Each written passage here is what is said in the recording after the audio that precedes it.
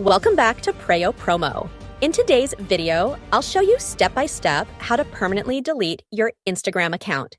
If you're ready to remove your account completely, just follow each step carefully. Step 1, open Google Chrome on your phone or computer.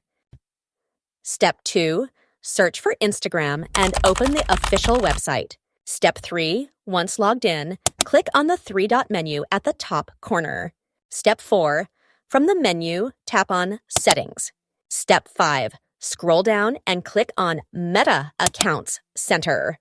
Step 6, inside Account Center, press on Personal Details. Step 7, now click on Account Ownership and Control. Step 8, tap on Deactivation and Deletion.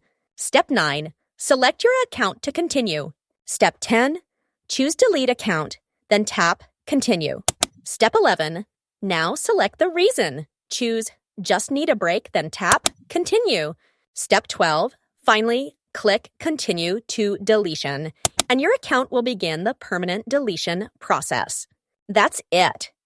You have successfully started the process to delete your Instagram account permanently.